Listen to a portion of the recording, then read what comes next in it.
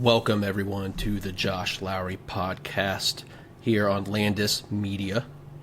I am your host, not shockingly, Josh Lowry, and it is Pride Month, so I'm repping my Love is Love shirt. Sunburnt, don't know how well you guys can tell. It's been a crazy week. Took my oldest daughter to orientation. My middle daughter placed very high, won a couple awards at some track meets. And now I'm recording this podcast. And boy, I got something to talk about today. So fasten your seatbelts because we're going to go from 0 to 100 pretty damn quick on this one. Now, with this podcast, I told you guys that I wanted to address one issue at a time. And generally, the idea is I'm going to bring on someone that's either been through that event or whatever issue we're talking about, or somebody that's an expert in that field. Well, what I'm going to talk about today is something I've dealt with directly because I ran for office. Today, I'm going to talk about lying politicians because I've seen so much of it recently. It's driving me batty. I feel like I'm living in a bizarro world. Have you ever had a dream where like you got stuck in sand as you're walking and you keep trying to step and no matter what you do, you can't step? I feel like that every time I listen to the news, every time that I hear someone talk, like a politician. You want a perfect example? I just saw J.D. Vance went on Theo Von's podcast, and if you're saying, Josh, who's Theo Von? Don't worry. That probably makes sense why you're listening to this podcast and don't know who Theo Von is. But here's the point. J.D. Vance looked this man straight in the eye and just made up some made-up fact about how much of foreign aid actually goes to assist people. Online, it blew up. Everyone said, what is he talking about? Like, this isn't even close. Like, I think he said something like 12 cents to the of every dollar it goes to foreign aid actually gets to where it's supposed to. There's something like that. That is just false. It's just wrong. And we've seen this a lot. You know, obviously, the president, Donald Trump, will just go say, eggs are down 400%. First off, that makes no goddamn sense. 100% would mean all. Like, if eggs were down 100%, that would mean eggs are zero. Maybe he misspoke, but I'm pretty sure, knowing Donald Trump, he was just lying. If eggs are down 400%, that means when you go to buy eggs, the grocery store would pay you. He says gas is under $2, and everybody just continues on their way. And with Trump, it just kind of gets, accepted. People say, oh, he's a salesman. He boasts, it's just part of it, right? But it's not just Donald Trump. It's going on everywhere, and it's affecting not just our politics, but it's literally affecting how people are voting, how people are judging politicians, and it's affecting people's lives because they think, oh, we should have had something better because someone lied to them and just flat out said there could be better. I ran for office twice, as a lot of you know. The first one, when I ran for state senate, it was just kind of, I don't want to say it was half-assed because I gave it everything, but I got caucused in, meaning like I didn't put my name on the ballot originally, and with a couple months, my name got put on because nobody was running for my state senate seat. We had no money. We just went door to door, and I learned a lot by talking to voters. This last time I ran for state house, and I saw firsthand what you say, what your opponent says, and then what a voter is like, well, but he said this. When someone lies. So let me give you some concrete examples because I don't want to just speak in hypotheticals, which I've been known to do. When I was running, the gentleman that I ran against, Hunter Smith, he put out these mailers that said stuff about like decrease costs and improve law enforcement, keep you safe.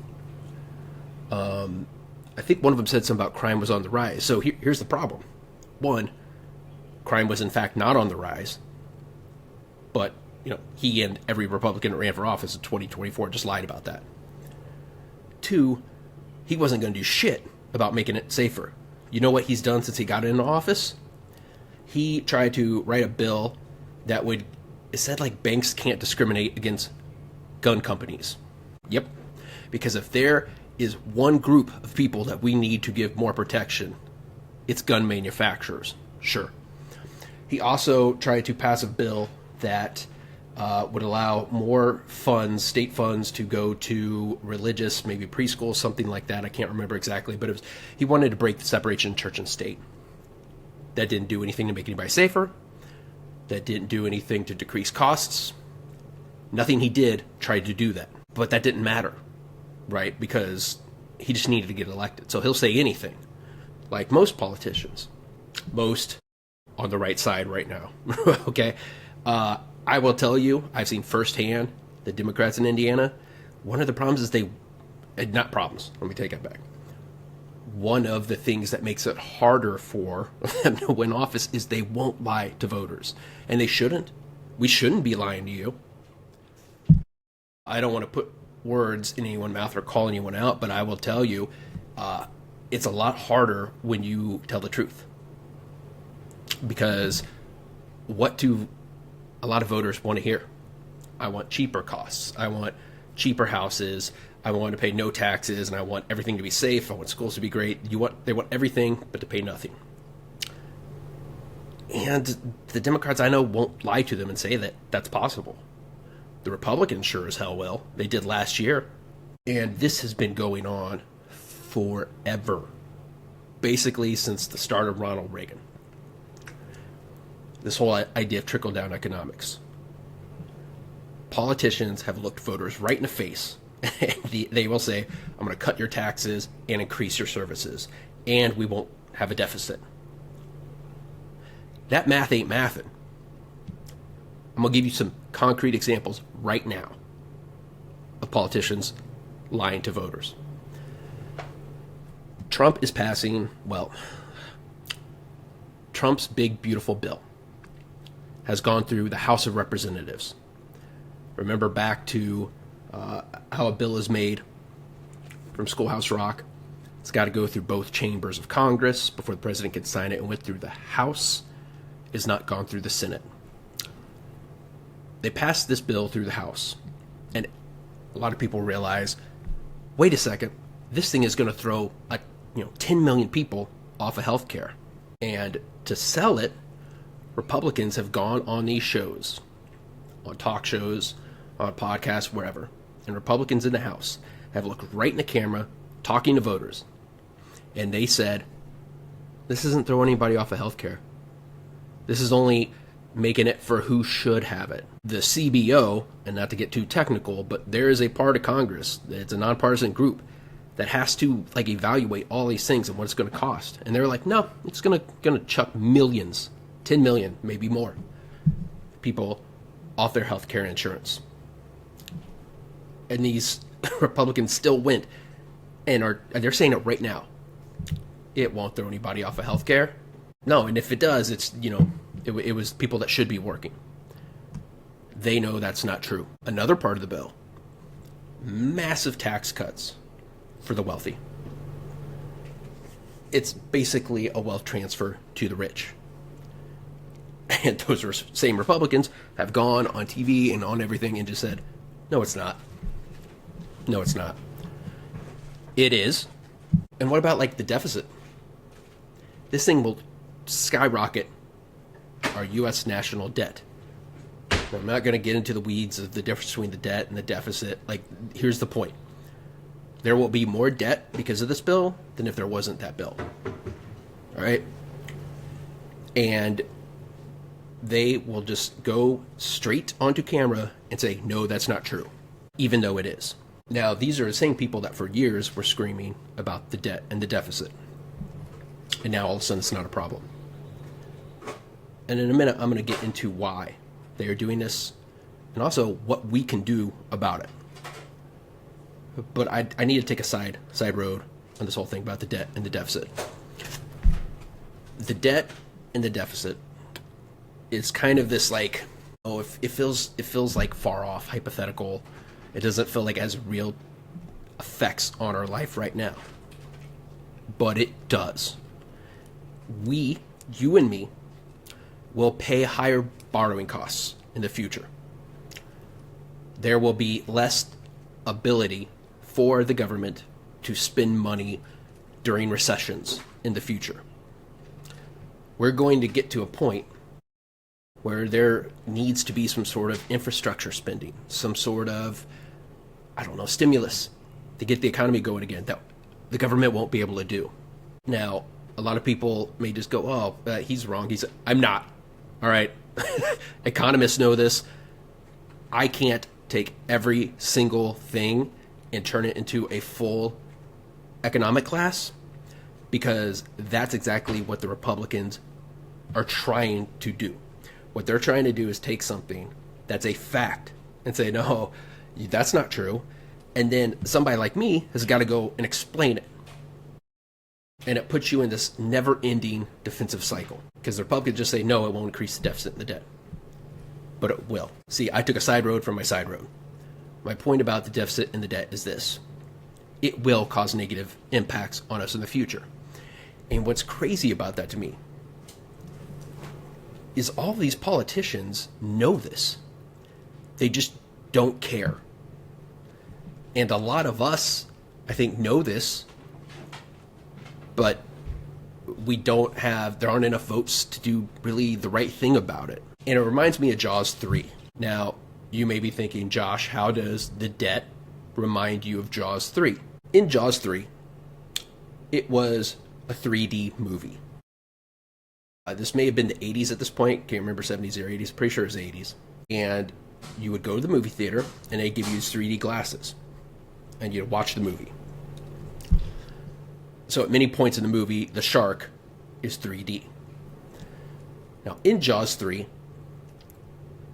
Jaws breaks into SeaWorld. I don't remember if it's actually SeaWorld or like a something named like a SeaWorld. Dennis Quaid, a young Dennis Quaid, works there, and his boss is Louis Gossett Jr. And Louis Gossett Jr. keeps saying, we're going to keep the park open, everything's fine. Well, towards the end of the movie, they try to kill the shark. It's, of course, not going well. And it comes to a scene where they're in like this underwater control center. And you got Dennis Quaid, his wife, I think, some random woman working on the control board, Louis Gossett Jr., and Louis Gossett Jr.'s nephew in the movie. And they're talking about what to do, and then they look up. And you just see the shark. I'm telling you guys, go watch this. Find it on Netflix or wherever. Because the movie was made in 3D, right? So if you're at the movie theater, you're seeing this with the 3D glasses on, and this shark is coming towards you. Here's the problem. They didn't go back and change it when it's not 3D. So if you're watching the movie, this fucking shark is just sitting there. And the people in the screen, all the actors, are going, no, no. And the shark is still just sitting there. He's not any closer. And then people are going, no. And then the shark is just sitting there. He's not any closer. So as you're watching this movie, it makes no sense if you don't know that it's supposed to be in 3D. Why are all those people screaming about this shark who is getting no closer to them? So as they're sitting there screaming, the shark, who has not moved one bit, suddenly breaks through the glass. He comes in, he eats Louis Gossett Jr.'s nephew. Dennis Quaid eventually blows him up by pulling a grenade pin out that was in his mouth. Normal stuff. But my point is this. When you're watching the movie, you're like, why are they scared of that shark that's not moving? And then he breaks through glass and starts killing people. That's what's happening with our debt and our deficit. It doesn't feel like anything. Just like that shark didn't look like it was moving. But once it breaks through the glass, we're fucked. And Louis Gossett Jr.'s nephew is getting eaten. This has profound impacts on us, our kids, their kids, life choices people are going to make. Everybody wonders, why are kids not, why did it take them so long to buy a house? Because they're unaffordable. Interest rates are higher. What do you think is going to happen in 30 or 40 years when we have a massive deficit problem? So why, if this is such an obvious problem, is nothing happen about it? because the politicians are lying to the voters. Those Republicans are telling you it's not a problem, we'll grow our way out of it. We'll cut spending. They're not cutting spending. Because you know what? Everybody says they want the spending cut. Most of the people like the spending.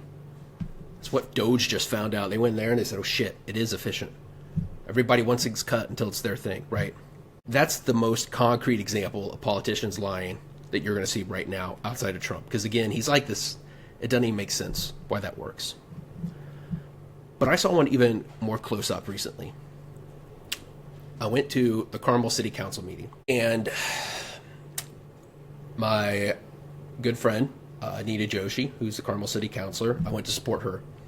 But what was interesting to me was not even necessarily that, right? Or anything that was said or done there by her or the other council people. It was the testimony by a lot of the residents of Carmel. And they got up there, and they're talking about this housing bill. And they were talking about they don't want things to drive down their property value. They want their property value to increase. They don't want certain people living in certain areas. They don't want too many renters. Which, by the way, the example I kept hearing over and over, like, people were like, well, it's when they have too many cars in their driveway. You know, we don't want people with 5 or 6 cars. Motherfucker, who are the people that you think have 5 or 6 cars? You know exactly what you mean, because, one, my family, we got 5 kids. 2 of them could drive, and a third one will be next year. We'll have 5 or 6 cars in our driveway. You think anybody's going to complain about that? No, because we're not the type of people that they're complaining about. They're complaining about people that have multi-generations of people living in houses, which honestly is not a very American thing. And we see that in a lot of other cultures when people immigrate over here. And then there's multiple, I've seen it on my neighborhood. I have no problem with that. I can think specifically of a family in my neighborhood, and guess what? They're great neighbors. Friendly people. Like them, talk to them all the time. Why would I give a shit how many cars they have in their neighborhood? It's the type of people that some of those homeowners don't want in their neighborhood. But that gets to my point. These homeowners, and it wasn't just them, we've all seen it in the news for a year now. Our property taxes in Indiana did not go up. And what I'm talking about for a lot of people, maybe you're not in Indiana, this was a big deal. The General Assembly took on property taxes because people felt like their property taxes went up a lot. The property tax, like the amount you paid, may have gone up, but the rate did not go up. Our houses are worth more. Inflation. In places like here, like Hamilton County, a lot of people want to move here to be around the school system. So if your house is worth more, let's say it was 1%, okay? That's what your property tax rate is. 1% of a $200,000 house is less than 1% of a $300,000 house.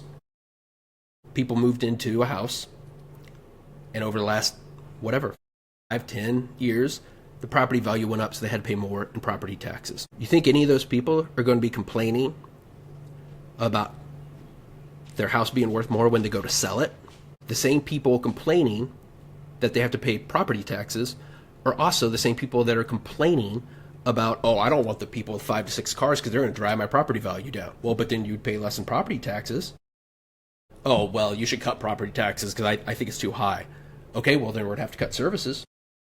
Oh, well, but you shouldn't have to cut services because you can cut services, or you can keep services up without cutting them by cutting taxes. How is that possible, you ask? Because these politicians have been lying to them forever. They've been lying to them about property taxes. They've been lying to them about property values. They've been lying to them about taxes. They've been lying to them about services. They've been lying to them about trickle down. You know why? Because they want to get elected, and they want to stay elected. And they don't care what they have to say to stay there. And you know what? Are there some Democrats that have said it? Of course. But a hell of a lot more of it's coming from the Republican Party. This whole idea of trickle-down economics was made up.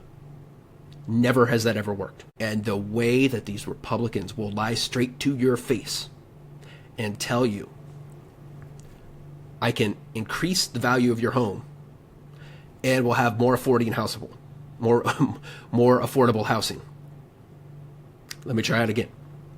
These politicians will look right in your face and say, I'm not going to do anything that won't increase the value of your property, but I'm also going to make housing more affordable. Well, you can't have it both ways. If your house goes up in property value, that means the houses around you, their property value is going up. And how's housing going to be more affordable? Somebody wants to buy the house when you move, but now it costs more. Like, we got to make up our mind, guys. Do we want housing to be affordable, or do we want property value to go up? Because that's going to, those are fighting against each other. But these politicians will look right at a voter and tell them you can have both. They'll look right at them and say, I can cut your taxes and increase your services. They'll look right at them and say, I can end inflation. They'll look right at them and say, I can cut the debt, but I'm not going to cut your services. Lying right to your face. You ever heard the saying, if something sounds too good to be true, it probably isn't? Take that, apply it to politics. The next time somebody's campaigning and they tell you everything's going to be roses, everything's going to be perfect, going to be unicorns and lollipops, that ain't how life works. And it drives me insane. Because I could tell you when I ran for office and I'd go to someone's door and they'd say, well, you don't want to cut my taxes. He does. Okay, now I got to explain to him, all right, what services do you want cut? And they said, no, I don't want any services cut. Just cut spending. Say, okay, spending is just the government providing services. And they're like, well, cut somebody else's. Okay, whose? And you say something, they're like, oh, don't cut that. They have it in their head that they can have everything they want. And you know why? Because politicians lie to them. And once that starts, it creates an absolute avalanche. I mean, look at the last presidential election. You got Donald Trump going up there saying, I will end inflation on day one. Now, you may have seen the report, the Catalyst report. I'm not going to get too much into it, but one of the things was Donald Trump won more voters when they pay less attention to politics. All right, so you don't pay attention to the news that much. You don't have a degree in economics. And one guy says, I'm going to end inflation. Well, surely this man would not go on TV and lie to you. So as a voter, you say, okay, I'm going to go with him. Unless the other person can give me a reason that they're going to end inflation better. And Kamala Harris can't say that because she's not going to lie to you. It's like asymmetrical warfare times a million. You got one side making up shit, and you got the other side unwilling to lie. So now, what am I going to do? Put on my bumper sticker? One guy is saying, end inflation. What's the other person going to do? Put on a bumper sticker? You can't end inflation immediately? We have to take concrete steps to do it? Like, what do you do? And some Democrats have caught in this trap because now they're trying to do the same thing. And not to that extent, but I've heard a lot of it over the last year. Not really here in Indiana. Because, again, we don't really lie to our voters, but they keep talking about tax cuts. They keep talking about services they provided while cutting taxes. That can only go on for so long. At a certain point, you have to tell the people the truth. At a certain point, you have to take your medicine, right? You guys can't see it, but now Max is trying to get his big noggin up in here. Max is one of my dogs, not one of my kids.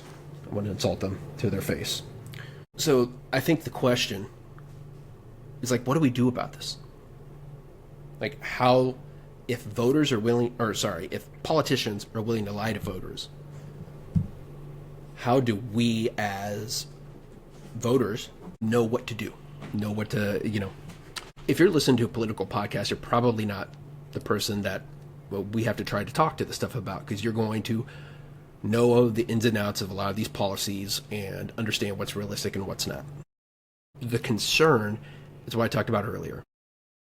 A lot of voters are what they call low information. Now, that does not mean that they're not smart. I'm telling you, from knocking on doors and talking directly to voters, overwhelmingly, the average voter is smart. definitely, especially in a place like Indiana, right? When they're talking about low information, what they're talking about is they don't consume a lot of political news. All right? So if you're someone that does not consume a lot of political news, but you watch the Joe Rogan podcast, and he has on some quack doctor telling you why you need to vote for Trump, because Trump is going to install Robert Kennedy Jr., who is anti-vax, and vaccines are bad for you. Does Joe Rogan then have a normal doctor on that says to you, hey, vaccines are safe and you should give your kids them? And Robert Kennedy is not a doctor, and even if he was, he's a quack. So he's like a step away from a quack. He's a super quack. No. Right? All these people, all these podcasts they have on conspiracy theorists that don't get rebutted.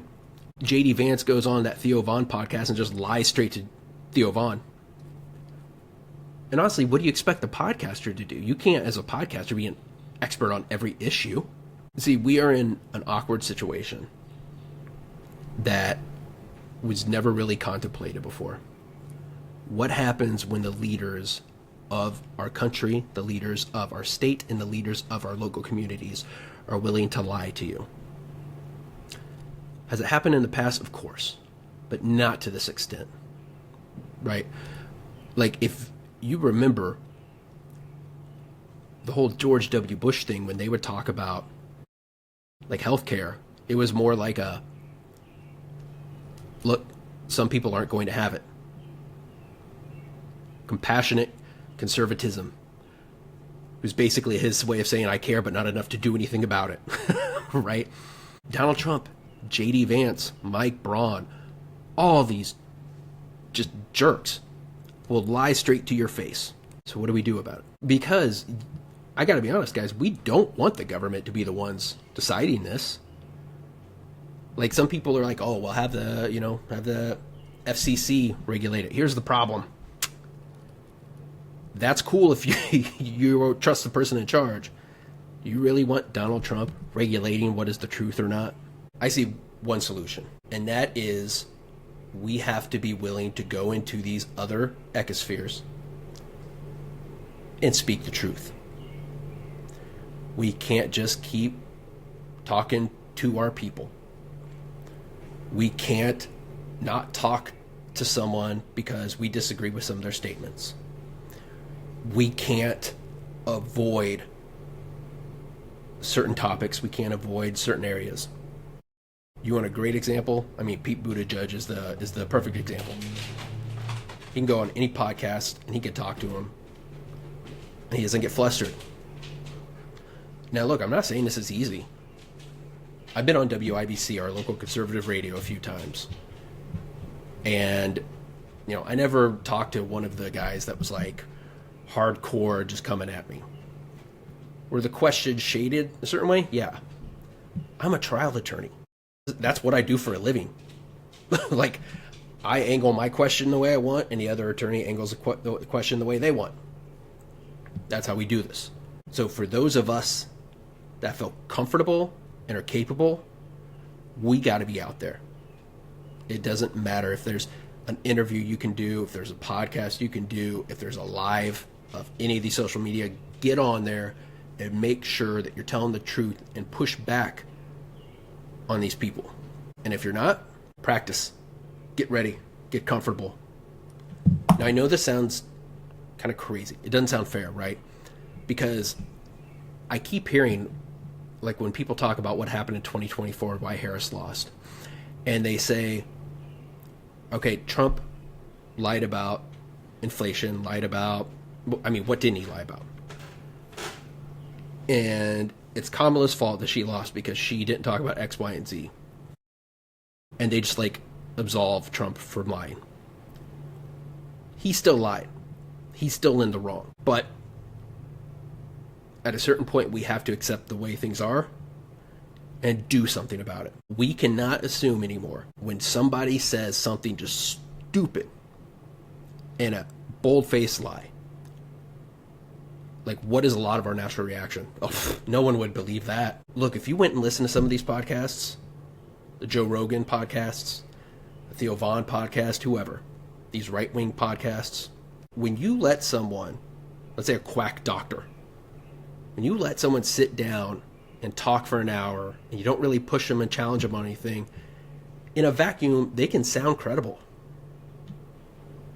So if you're a listener and you hear that, and you think, oh, what he said was reasonable. I don't think I need to get a vaccine for measles.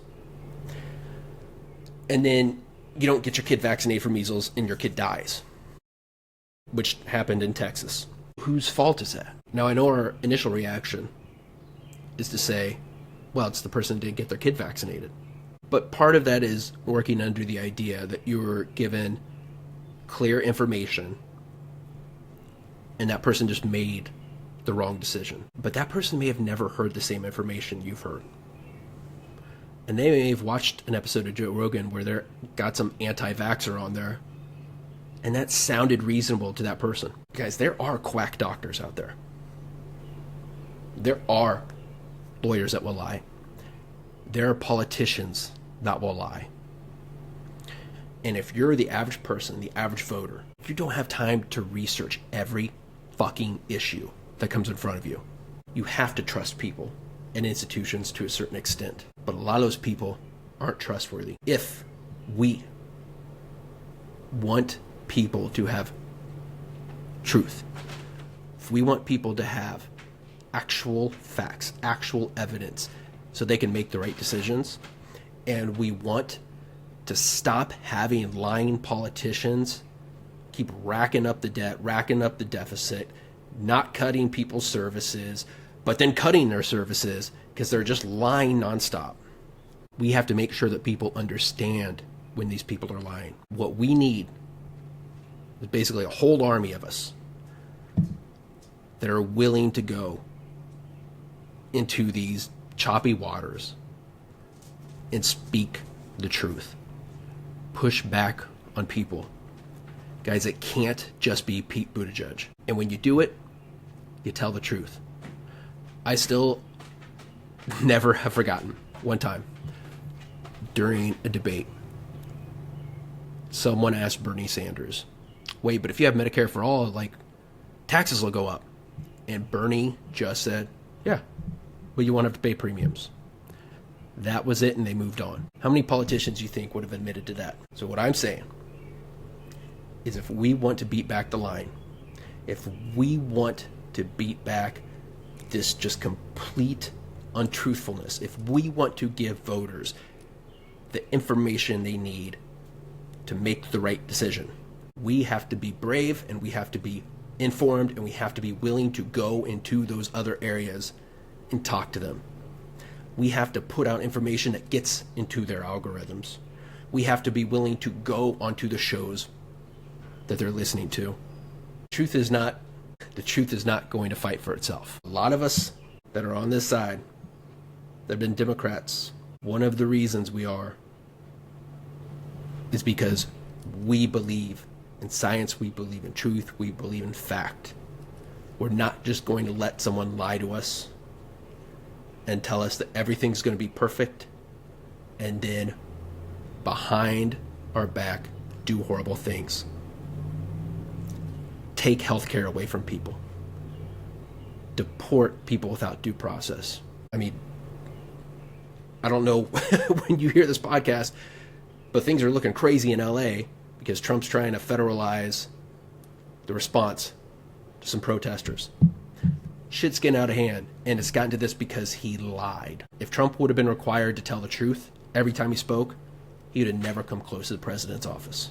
And there's a lot of politicians out there that if they had to speak the truth, would have never gotten elected. That's not the way it works. So right now, what I'm saying is, this isn't about us defending necessarily even Democratic positions. This isn't us trying to defend democracy. This isn't about us really defending anything other than the truth.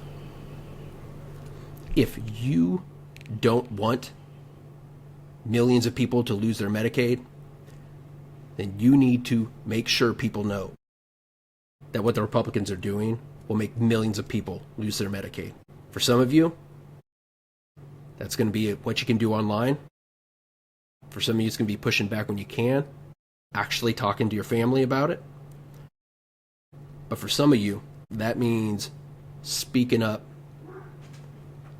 going to places that you might not feel comfortable, going on shows where you might not feel comfortable, and making sure that those viewers, you may never convince the host, but that their viewers at least hear the truth. Because they may never hear it again on that show. I told you guys, you're going to hear some rants. That was one among many. But I could tell you when I ran for office, it blew my mind. Because it wasn't just my opponent. It was the Republican Mike Braun running for governor. It was Donald Trump running for president. It was people running for Congress, just straight up lying to voters. And I guess there was part of me that just thought that someone would have shame and not do that. But it's clear that's not happening. So it's up to us. It's up to us to push back. It's up to us to make sure that people that are being lied to get a chance to hear the actual truth. All right, guys. Thank you all for listening to another episode of the Josh Lowry Podcast. Please subscribe, like, follow on YouTube and on the audio feed. And we're going to keep this thing going. There will be more guests in the future. Lining up guests is harder than I thought. Maybe not than you think. I don't know what you think about podcasts. But thank you all for listening. We will see you next time.